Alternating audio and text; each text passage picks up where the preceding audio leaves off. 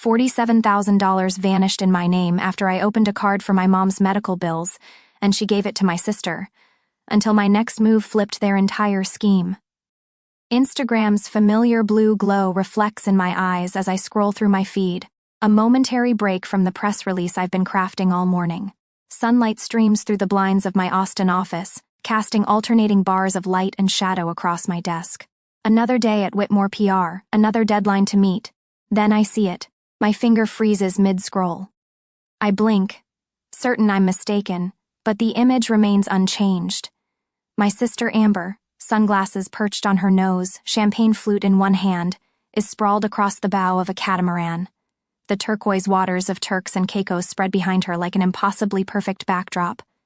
But it's not the ocean or her designer swimsuit that makes my stomach drop. It's what's casually displayed in her other hand. A glint of gold catching the tropical sun, a rectangular piece of plastic with my company's name embossed along the bottom edge. My gold business card. No, I whisper. My fingertips suddenly turn cold. I zoom in, heart hammering against my ribs. There's no mistake. Whitmore Public Relations LLC. My name beneath it. My mouth goes dry. I feel a tremor beginning in my hands that has nothing to do with my morning coffee. 4 days ago, I sat beside my mother's hospital bed, explaining the new platinum card I'd opened. Margaret Whitmore had just undergone knee replacement surgery, her face pale against the sterile white pillowcase, her gray hair fanned out in a way that made her look suddenly older than her 62 years. "It's just for your rehab expenses, Mom," I'd explained, placing the small debit card in her palm. Small things, like medication, copays, and transportation. Tears had welled in her eyes. "You shouldn't have to take care of me like this, Shelby," she said. "That's what daughters do," I replied, squeezing her hand. "It has a small spending limit. Just use it when you need it for recovery stuff, okay?" The memory dissolves as my office phone rings, yanking me back to the present. I answer without checking the caller ID. "Shelby, honey," my mother's voice comes through, strangely cheerful. "Have you seen Amber's photos? Isn't that resort gorgeous?" I told her to send me a real postcard, but you know how she is with remembering things like that. I grip the phone tighter, my knuckles turning white. "Mom?" I manage, my voice unnervingly steady. "How is Amber's vacation going?" "Oh, she's having the time of her life. Just what she needed after that horrible breakup. The girl works so hard. My sister hasn't held a steady job in 3 years. And how is she paying for all this?" A hesitation, just long enough. "Well, I imagine she saved up." A vague memory surfaces. Mom asking for a second card months ago when I was buried in client work, a request I'd barely registered, something about emergencies and keeping track of family expenses. Had I actually authorized this? I rack my brain but come up empty. I end the call with my mother and immediately text Amber, "How are you paying for all this?" The response comes almost immediately. "Thanks to your card, sis. Don't worry, it's gold." My hands are shaking for real now. I call my mother back. "Margaret," I say, using her first name, something I only do when I'm furious. "Do you have one of my business cards, too?" A long pause. "I might have gotten a card for emergencies," she finally admits. I hear rustling, then, "Yes, I have it right here." And, "You gave one to Amber?" "Shelby, she's been so stressed lately. She needed this break." I grip the edge of my desk, steadying myself. "That's not your decision to make. That's my business account. Don't be dramatic. It's just a little vacation. You have a successful business." I hang up without responding and open my banking app. The numbers hit me like a physical blow. $47,612.19 in charges over the past week. Resort stays, designer boutiques, first-class airfare, spa treatments. All from the same IP address pinged from Amber's beachfront hotel. An email notification pops up from the resort's concierge, confirming an upcoming sunset cruise for Miss Whitmore and guest. Attached is an image of the card on file, my full legal name, Shelby Ann Whitmore. I call my mother one more time. "Did you know about this?" "About what?" Her voice is defensive now, brittle. $47,000, Mom. That's what Amber has spent in a week. It can't possibly be that much, she scoffs, but there's uncertainty creeping in. It is, and I need to know if you knew about this. A sigh crackles through the line. Amber just needs a break for once. You have a successful business. The words strike me like ice water.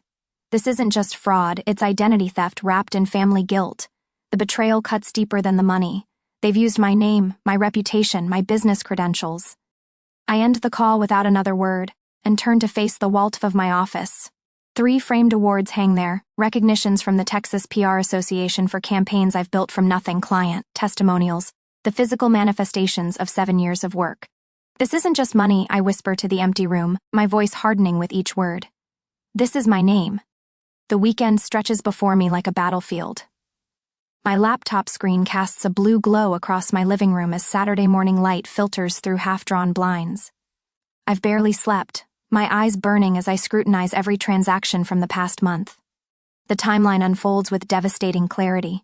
The first charge, Louis Vuitton luggage, $4,200, appeared exactly 1 day after I sat at Mom's hospital bedside. While Margaret was still foggy from post-surgical painkillers, Amber was already swiping my gold card through a designer store's card reader. Jesus, I whisper, scrolling further. The resort booking predated Mom's surgery by 2 weeks. This wasn't opportunistic theft, this was calculated, premeditated, a plan set in motion while I was arranging Mom's hospital transportation and hiring a temporary nurse. I open Amber's Instagram in another tab. Her latest post shows her lounging on a private deck, an infinity pool stretching toward the horizon. The caption reads, "Living my best life, blessed. Luxury travel, very important person status. Each tagged brand is a breadcrumb trail of my stolen credit." My phone pings with an email notification from the resort concierge. I force myself to open it. "Dear Miss Whitmore, as requested, all charges have been applied to your sister's business account.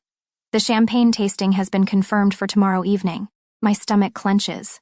She specifically instructed them to bill my business, not just using my card, but deliberately invoking my company name. My hands curl into fists, nails biting into my palms. Monday morning arrives with a clarity I haven't felt in days. The offices of Rourke Legal occupy the 12th floor of a downtown Austin building, all glass and polished wood. Maya Rourke, corporate attorney and occasional PR client, greets me with a firm handshake and concerned eyes. "You look like hell, Shelby," she says, leading me to her office. "Thanks for seeing me on short notice." Maya settles behind her desk, fingers steepled. "So, your sister maxed out your business credit card on a tropical vacation." I slide the folder across her desk. Transaction records, screenshots, emails, texts, everything meticulously organized over my sleepless weekend. "I need to know my options," I tell her. Maya scans the documents with practiced efficiency. When she looks up, her question is direct, civil or criminal. The word hangs in the air between us. Criminal charges against my own sister, my own mother as an accomplice. The thought should make me hesitate, but instead I feel a surge of cold resolve. Both. Maya nods, no judgment in her expression. "Let's start with the card issuer. We'll file a fraud claim immediately. They're required by law to freeze the account and investigate." "And the charges? My business can't absorb this hit. Your business insurance should cover it under theft protection. The insurer will reimburse your company, then pursue Amber through a process called subrogation." She taps her pen against the desk. "We'll also file a service complaint against the issuer for failing to flag these abnormal transactions. International charges, luxury purchases, those should have triggered their security protocols." For the next hour, we dissect the case like surgeons. 2 clear antagonists emerge. Amber, the primary betrayer, whose psychology of entitlement shines through every transaction, and Margaret, the enabler who authorized the secondary card despite knowing my business couldn't withstand such a financial blow. "You understand what's at stake here," Maya says, not a question, but a statement. I nod. My business reputation if clients discover we're financially vulnerable. My family relationships once I pursue legal action. I pause. My mother's recovery is potentially jeopardized by the stress. "You didn't create this situation," Maya reminds me. "They did." She drafts documentation for the card issuer, while I stare out the window at the Austin skyline. Buildings I've spent years networking in, establishing my name as reliable, trustworthy. How quickly that could all unravel. My phone buzzes. Another Instagram notification from Amber. A sunset photo, champagne flute in hand. Something snaps inside me. I type quickly, "I hope the sunset's worth it. The fraud unit will be calling soon." Her response comes almost immediately, "You wouldn't dare. We're family." Maya glances over my shoulder and highlights the message on her tablet. "Perfect proof of intent. Keep all communication. Don't delete anything. Back at my office, I implement immediate security measures. I change every business password, revoke all account access permissions, and create new authentication protocols. My office manager watches silently as I methodically lock down everything my sister might potentially access. When the building empties, for lunch, I stay behind. Alone in my office, I find myself removing family photos from my desk. Margaret at my college graduation, Amber and me at Christmas last year. I place them face down in a drawer, one by one. The pattern emerges with painful clarity. Amber's emergency car payment 3 years ago, the rent she couldn't quite make last fall, Mom's tearful call about property taxes they were behind on. Always becoming my responsibility, my burden to solve. I open my leather-bound business journal and write with deliberate pressure, "This stops now." Claire knocks softly before entering, a cup of coffee in her hand. "Thought you might need this," she says, placing it on my desk. "Thanks." I close the journal. "Can you let the team know we're implementing a new phone policy? No calls from family members are to be put through to me. Take messages only." Claire nods without question. "We've got your back, Shelby." My office manager steps in later, closing the door behind her. "The card's been frozen," she reports, "and I've notified our insurance about the claim." For the first time in days, I feel the tension in my shoulders ease slightly, a shield forming around what I've built. That night, for the first time since discovering Amber's betrayal, I sleep without waking. The next morning brings an email notification, claim processing initiated, insurer investigating. My phone is filled with notifications, missed calls from Amber, voicemails from Mom, her voice tearful, accusing me of betrayal and lack of compassion. But the card is frozen. Amber's resort access has been suspended. The system is working as it should. Alone in my apartment that evening, I find myself staring at the family photos I've brought home from the office. Still face down, now in my bedroom drawer. When the tears come, they're silent, falling onto my hands as I sit on the edge of my bed. This victory, necessary as it is, comes at a cost I'm only beginning to calculate. Another Monday morning arrives with the steady rhythm of rain against my office windows. The weather feels appropriate, a constant relentless pressure matching the notifications lighting up my phone. 3 missed calls from my mother since dawn. I've been screening them, focusing instead on the client proposal due by noon. My office line rings. Claire appears at my door, concern etched across her face. "It's your mother online too," she says. "I told her you were in meetings all morning, but she insisted it was an emergency." An emergency, the word that's been leveraged against my better judgment for years. I exhale slowly, straightening my spine. Put her through. When I lift the receiver, Margaret doesn't wait for my greeting. "You're destroying your sister's life," she spits, her voice trembling with fury. "Over what? A mistake? Some money that insurance will cover anyway?" I swivel my chair to face the window, watching water track down the glass in jagged rivers. "Stealing $47,000 isn't a mistake, Mom. It's a felony. She meant to pay it back. With what money? The job she doesn't have? This will follow her forever, Shelby, a criminal record." I close my eyes. She should have thought of, before she told the resort concierge to charge everything to her sister's business account.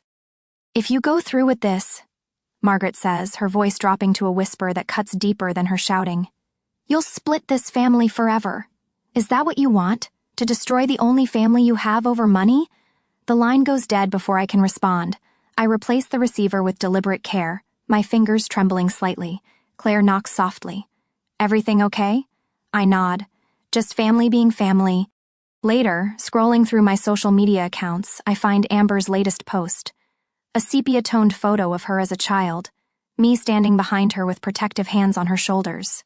The caption reads, "Thinking about how toxic family members care more about money than love. Some people forget where they came from." The comment section overflows with supportive messages from friends who know nothing about what she's done. I close the app and open a folder on my desktop labeled "For When They Forget," created 5 years ago after the 3rd time Amber borrowed rent money. It contains meticulous documentation of our financial history, 5 years of unpaid loans, texts promising repayment, bail money when Amber's previous boyfriend got caught with unregistered firearms in his car. A subfolder contains screenshots of messages between Margaret and me from 3 years ago, my mother tearfully explaining how she had co-signed on a store credit card for Amber, who maxed it out and vanished for 3 months. Margaret begging me to help make the minimum payments to protect her credit score.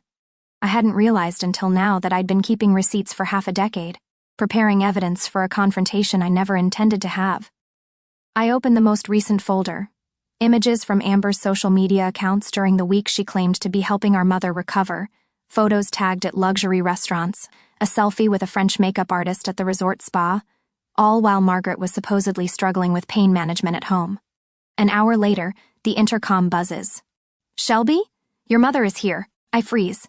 "My mother is here? At the office?" "Yes," Claire responds, her voice careful. "Should I tell her you're unavailable?" I glance at my watch. "No, send her in." When the door opens, Margaret stands in the frame, leaning heavily on the cane she's used since her surgery, her right leg stiff, face drawn with pain. Or the appearance of it. Her eyes, so similar to mine in color but not in warmth, scan my office. "Nice place," she says, as though she hasn't visited 4 times before. "Business must be good." It was, I say, not offering her a seat, until my own mother and sister stole my identity. She limps forward, each step a theatrical wince. "Don't be dramatic, Shelby. Amber made a mistake." "She's 27, Mom. I was running this business, at her age. Not everyone is like you." She lowers herself into the chair across from my desk, uninvited. "Some people need more time to figure things out. 7 years of figuring things out on my dime isn't young. It's taking advantage." Margaret's face crumples, tears welling. "How can you be so cold? She's your sister, and I'm her victim." I slide a folder across the desk. "These are your physical therapy appointments for the week Amber was posting from Turks and Caicos. You canceled all but one." Her mouth opens, closes. "The pain was too much. Pain that mysteriously improved enough for you to fly 5 hours to join her? The resort confirmed your arrival, Mom." The door opens. Maya Rourke enters with the precise timing we arranged this morning. Her presence shifts the energy in the room immediately, cool professionalism against Margaret's emotional theater. "Mrs. Whitmore," Maya says with a polite nod. "I wasn't aware you were joining us today." "This is a family matter," Margaret says, suddenly sitting straighter.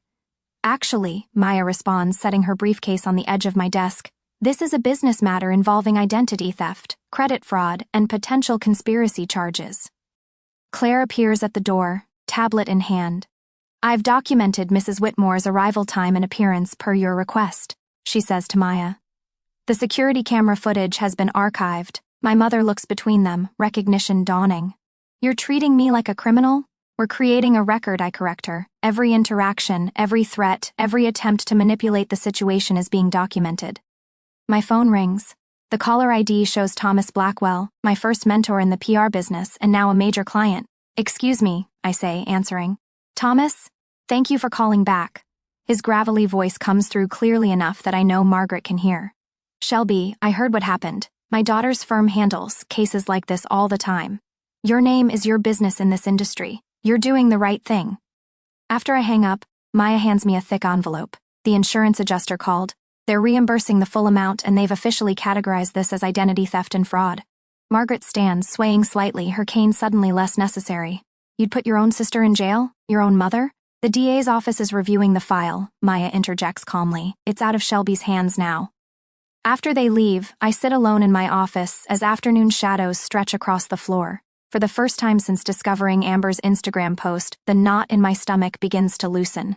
That night, I sleep without anxiety dreams, without waking every hour to check my accounts or scan social media for new attacks. In the morning, I stand before my bathroom mirror, meeting my own gaze directly. I didn't destroy my family, I whisper to myself. I'm protecting my business. 2 days later, Claire forwards an email from our building security company. "Someone egged my car overnight. The security footage shows a familiar vehicle, Amber's boyfriend's dented Camaro with the Texas flag decal on the back window." Maya adds the footage to her growing file. "We'll need cameras at your home," she says. They're escalating. That evening, a technician installs a doorbell camera and motion sensors around my apartment. I watch him work, thinking about how quickly security has become my new normal. Maya has drafted a temporary protective order, ready to file if needed. All communications are archived, all social media documented. Just after midnight, my phone chimes with an alert. Someone is at my front door. On my laptop screen, the security camera feed shows Amber standing on my doorstep. Her mascara has run in black rivers down her cheeks, her hair pulled back in a hasty ponytail. She looks younger suddenly, more like the sister I helped through her first heartbreak than the woman who stole my identity. My phone vibrates with incoming texts. "Please just talk to me. I can explain everything." "Don't do this, Shelby, please." Through the camera feed, I can see her boyfriend waiting in his car at the curb, engine running, headlights cutting through the darkness. Amber raises her hand to knock again, more insistently this time. Her face contorts with a sob visible even through the grainy night vision feed. My finger hovers over the alarm button on my security app. One press and the system will trigger, alerting both the security company and police to an unwanted visitor. One press and there's no going back from whatever line we're about to cross. Family or business, sister or CEO? Amber knocks again, harder. I make my decision. The security camera's red light blinks steadily as I watch Amber's face contort on my phone screen. Her mascara has begun to run, black streaks marring her flushed cheeks. Behind her, the porch light casts harsh shadows across features I'd once thought mirrored my own.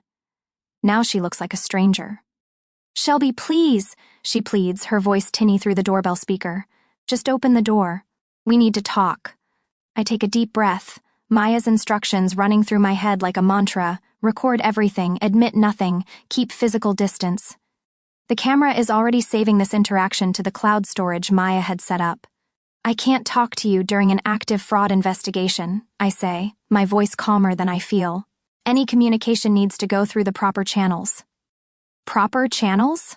Amber's voice rises an octave. "I'm your sister. We don't need channels between us." "This isn't personal," I reply, the words feeling strange yet right on my tongue. "It's business protection." Her boyfriend steps into frame then. Jeff, the one who'd convinced her she deserved the finer things regardless of who paid for them. "Listen," he barks, leaning toward the camera. "You've left us stranded. Do you understand that? The resort locked us out of our room. We had to borrow money to get home." "That's what happens when you use a fraudulent payment method," I say, finger hovering over the emergency button on my phone. "Fraudulent?" Amber's laugh is brittle. "Mom gave me the card. You've humiliated me in front of everyone at that resort. The manager made us pack in front of other guests." I remain silent, letting the recording capture every word. "You're just jealous. I finally had something nice." She spits, tears streaming now. "While you hide in your office working yourself to death, I was finally living. Is that what bothers you?" Before I can respond, Jeff lunges at the door, his fist connecting with solid oak. The impact reverberates through my entryway. "Open this goddamn door!" My finger presses the emergency call button without hesitation. "Police have been notified," I say evenly. "I suggest you leave my property." The pounding continues, Jeff's face a mask of rage. I turn away from the screen, back pressed against the wall, and slide down until I sit on the cool hardwood floor. My hands tremble, but my resolve holds firm. 14 minutes later, flashing blue and red lights paint my living room walls. Through the security feed, I watch 2 officers approach Amber and Jeff still on my porch. One officer speaks with them while the other knocks on my door. I open it just enough to show my face. "Officer, thank you for coming." The female officer nods, notepad already in hand. "Miss Whitmore? I'm Officer Daniels. Can you tell me what happened here tonight?"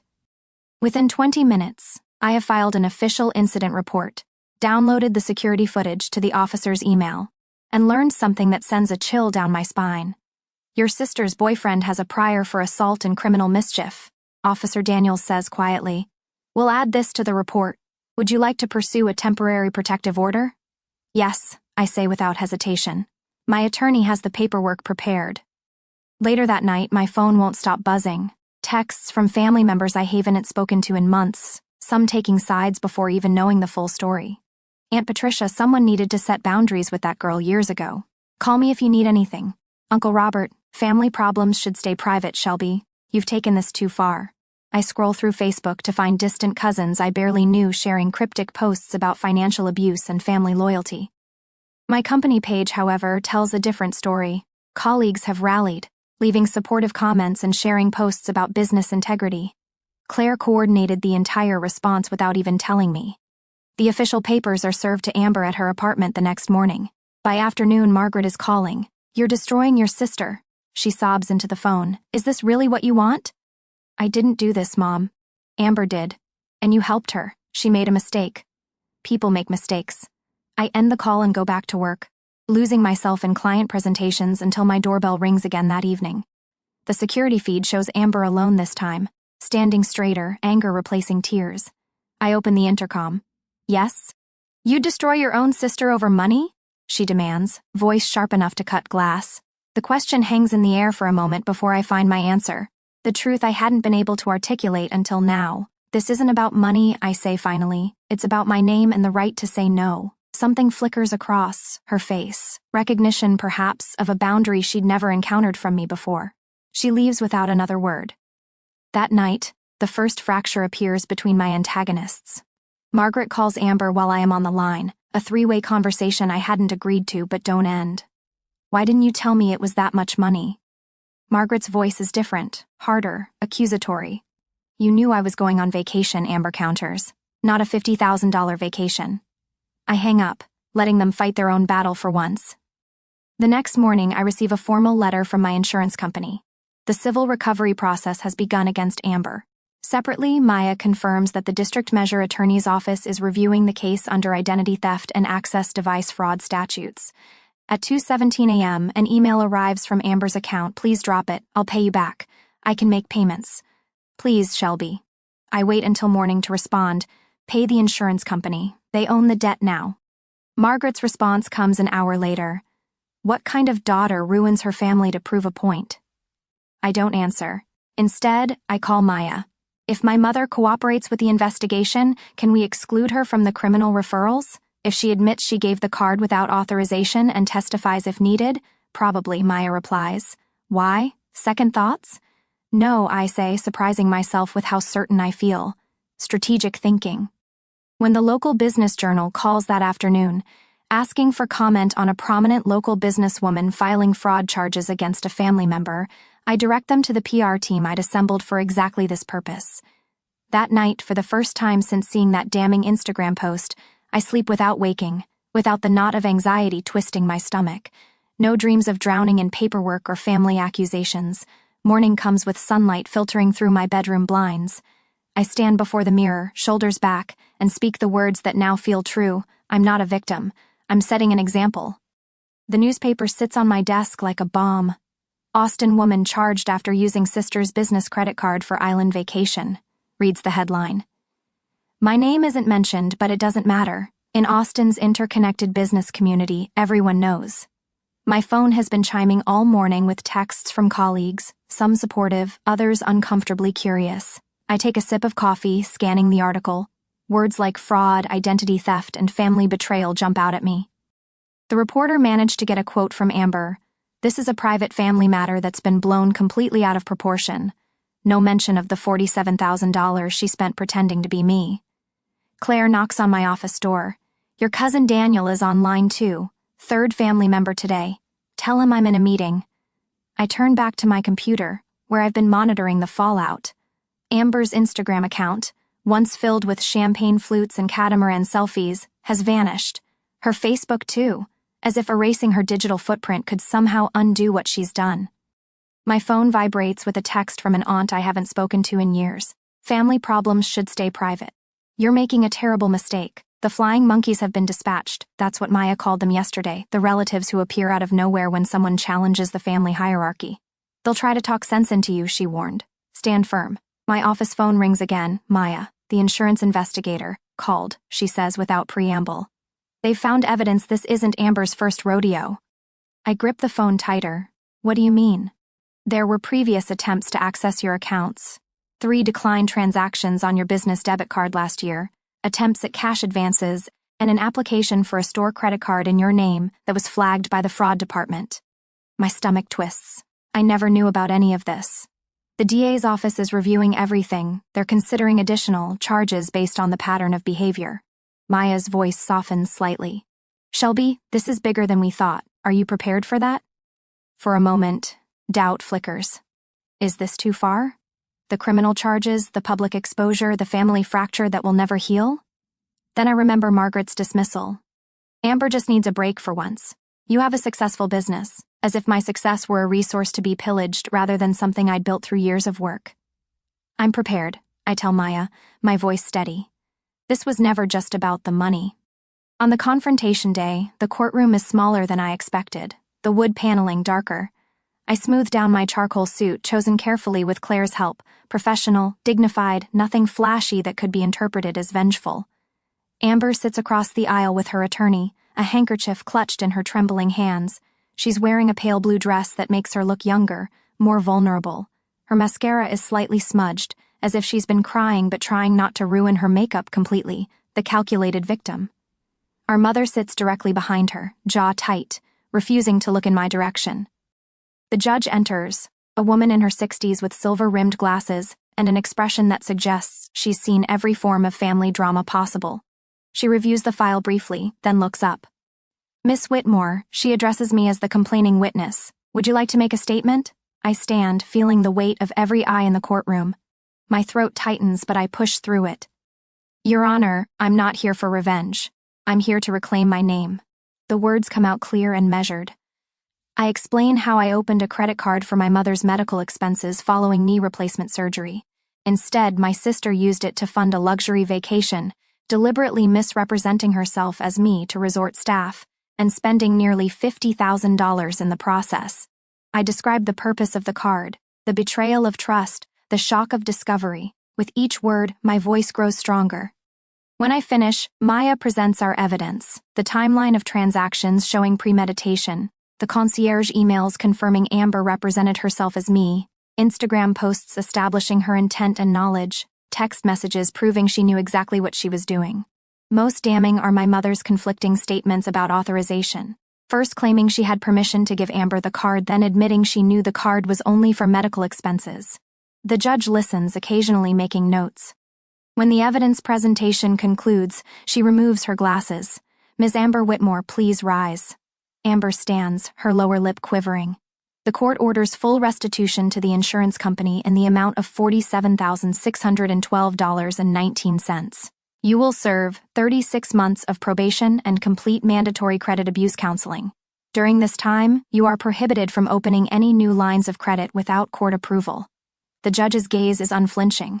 Family trust is a sacred responsibility. You violated that trust repeatedly and with calculation. This court takes such violations seriously. As we exit the courtroom, Amber brushes past me in the hallway. "You happy now?" she whispers, her voice hollow. I look directly into her eyes, seeing past the mascara tears to the entitlement beneath. "No," I reply calmly, "I'm free." Behind her, Margaret stands frozen, silent tears tracking down her face as the reality finally sets in. The power she and Amber held over me through guilt and obligation has shattered. Several extended family members who came to support Amber watch, their expressions shifting as they witness the aftermath. Walking down the courthouse steps into the bright Austin sunshine, I feel the weight lifting from my shoulders. For the first time in months, I take a full, deep breath, the air tasting like something I'd forgotten: independence.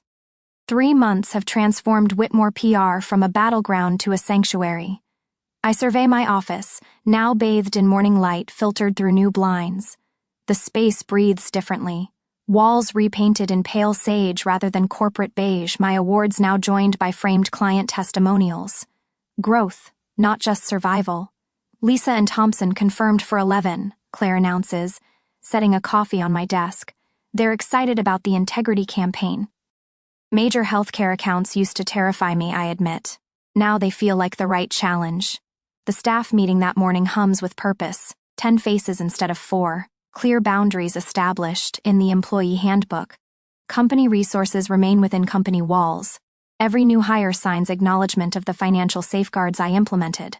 Dual approval for expenses over $5,000. Automated alerts for unusual spending patterns. Back in my office, I touch my phone, scrolling to contacts.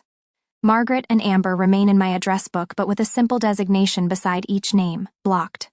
No more 2 a.m. calls about family loyalty, no tearful voicemails insisting family means forgiveness. The silence was deafening at first, then peaceful, now simply normal. My computer chimes with an email notification from Austin Business Journal. Interview request: fraud-proofing your family business podcast. I smile. The podcast interview will be my 3rd public speaking engagement since the court case. The insurer returned the full $47,612.19. Rather than putting it back into operating expenses, I created something unexpected: a micro-grant fund for victims of family financial abuse. The first recipient called yesterday. Maya reported last week over lunch, similar situation. Brother emptied their mother's accounts, blamed the sister when she reported it. My journal lies open on my desk, last night's entry visible. I mistook people-pleasing for love, enabling for support, guilt for responsibility. The handwriting grows steadier as the entry continues, unlike the shaky scrawl from those first dark days. I touch the thin silver bracelet on my wrist, custom engraved with SWLC, not flamboyant, just a quiet reminder. My name, my company, my choice. Yesterday, I authorized the final payment for Margaret's physical therapy. Insurance covered most, but I settled the remainder anonymously. I wouldn't attend the sessions, hadn't since the day in court. But some responsibilities transcend anger. Thanksgiving plans now involve dinner with Claire's family instead of my own. Chosen family, Claire had called it.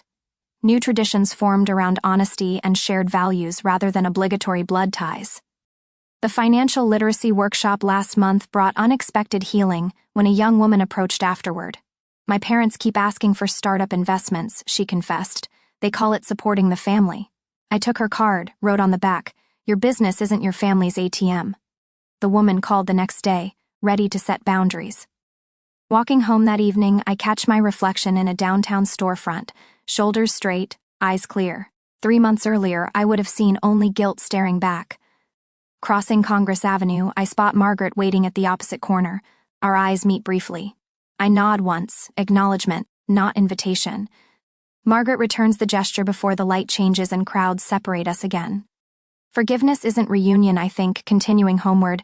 It's release. The weight that had pressed on my chest for years, the crushing responsibility for everyone's happiness but my own, has finally lifted. In its place, the lightness of choice, the freedom of boundaries, the quiet confidence of owning my name. My name is Shelby Whitmore, I think, unlocking my apartment door. It belongs to me alone.